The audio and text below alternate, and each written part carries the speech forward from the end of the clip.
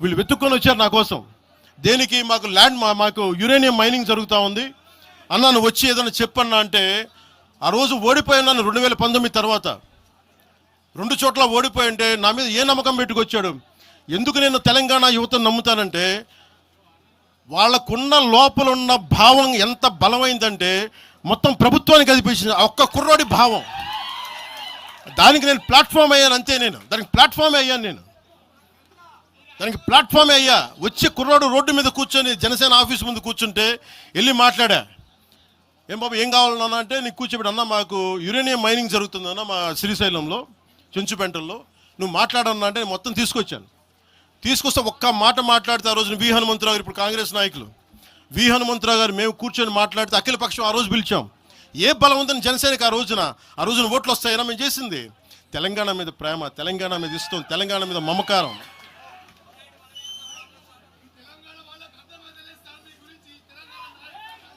తెలంగాణ ప్రజలు వేరు, తెలంగాణలోని కొద్దిమంది.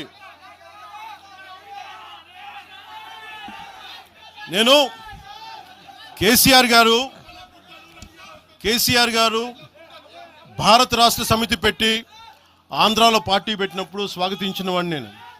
ఒక పార్టీ ఎక్కడైనా పెట్టుకోవచ్చు. కేసీఆర్ గారికి మనస్ఫూర్తిగా ఆ రోజున తెలంగాణ మనకి గుంటూరులో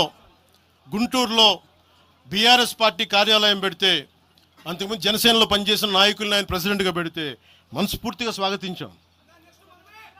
అలాగా అందరూ కూడా పంజాబ్ వెళ్ళొచ్చు, మహారాష్ట్ర పోవచ్చు, జనసేన మటుకు తెలంగాణలో అడుగు పెట్టకూడదంటే మేము ఏం కోరుకున్నాం? జనసేనలో మేము తెలంగాణలో ఏం కోరుకుంటాం?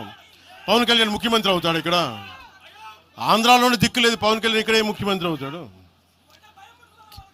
కానీ దేనికి భయం అంటే, చైతన్యవంతులను చేస్తామన్న భయం. అదొక్కటే భయం. సమస్యల మీద తిప్పి కొడితే ఎంత? 4 కోట్ల జనాభా ఉన్న, దాదాపు 4 కోట్ల జనాభా ఉన్న తెలంగాణలో జనసేన తిప్పి కొడితే 1,00,000 మంది పైన కూడా లేరు. 2,000 మంది జన సైనికులతోటి, సాధకులతోటి మేము సభ పెట్టుకుందామంటే మీరు దీనికి పర్మిషన్ ఇవ్వకపోతే మేము ఏం చేస్తాం? మేము దుర్మార్గాలు చేస్తామా? మేము అంటే నాకు ఎలా ఉంటుందంటే, మీరు ఏదైనా మాట్లాడండి అంటే ఎక్కడ. ఇప్పుడు నేను ఒక ఎనలిస్ట్ కూర్చొని నేను మాట్లాడింది వేరు, నువ్వు అమిత్ షా గారిని మాట్లాడితే నేను దాని గురించి ప్రస్తావిస్తే దీంట్లో ప్రాంతీయత ఎక్కడుంది? దీంట్లో తెలంగాణ నేను ఎప్పుడు అవమానం చేశాను? దీంట్లో కులాలు ఎక్కడ వచ్చినాయి? మీరు తీసుకొచ్చి మీరు తిడతా ఉంటే అంటే మాకు హక్కు కూడా లేదా? మీ ఇష్టానికి మీరు మాట్లాడితే మేము కనీసం నొచ్చుకునే అభిప్రాయం కూడా మేము చెప్పకూడదా? బాధ కూడా పడకూడదా? అంటే మేము కూర్చోబెట్టి బాంచం ద్వారా అలాగే ద్వారా మీరు ఎలాంటి భరించాలా? మేము పీకలు పోయినా పర్లేదు, పీకలు కోసుకుంటాం, కానీ భయం అయితే మాకు రాదు.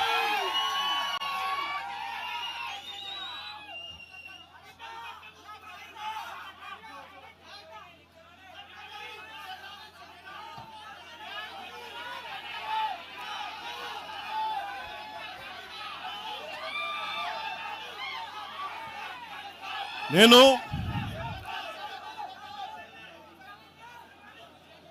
తెలంగాణలో ఆంధ్ర వాళ్ళకి ఏం పని అంటారు? సంతోషం, కరెక్ట్. అది తెలంగాణలో ఆంధ్ర కాంట్రాక్టర్లు ఓకేనా? ఇక్కడ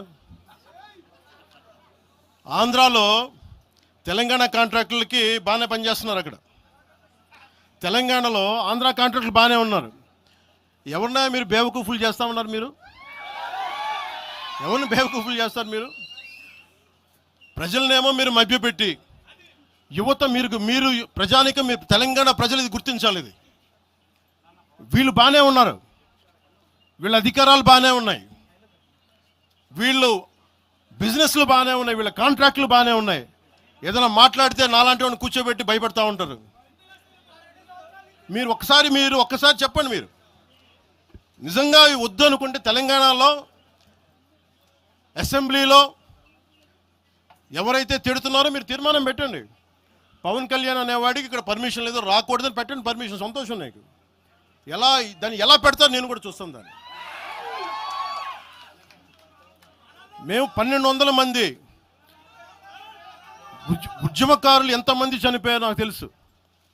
12 సంవత్సరాలు 1,200 మంది ఉద్యమకారులు పైగా చనిపోతే వాళ్ళ మీద గౌరవార్థం నేను ఎప్పుడు ఒక్క మాట మాట్లాడాలి తెలంగాణ. ఒక్క మాట. నాకు అంత ఇష్టం నాకు తెలంగాణ. కానీ మీరు కూర్చోబెట్టి నా ప్రేమను కనుక మీరు శంకిస్తే, నేను ఇప్పుడు దాకా నిర్ణయించుకోలే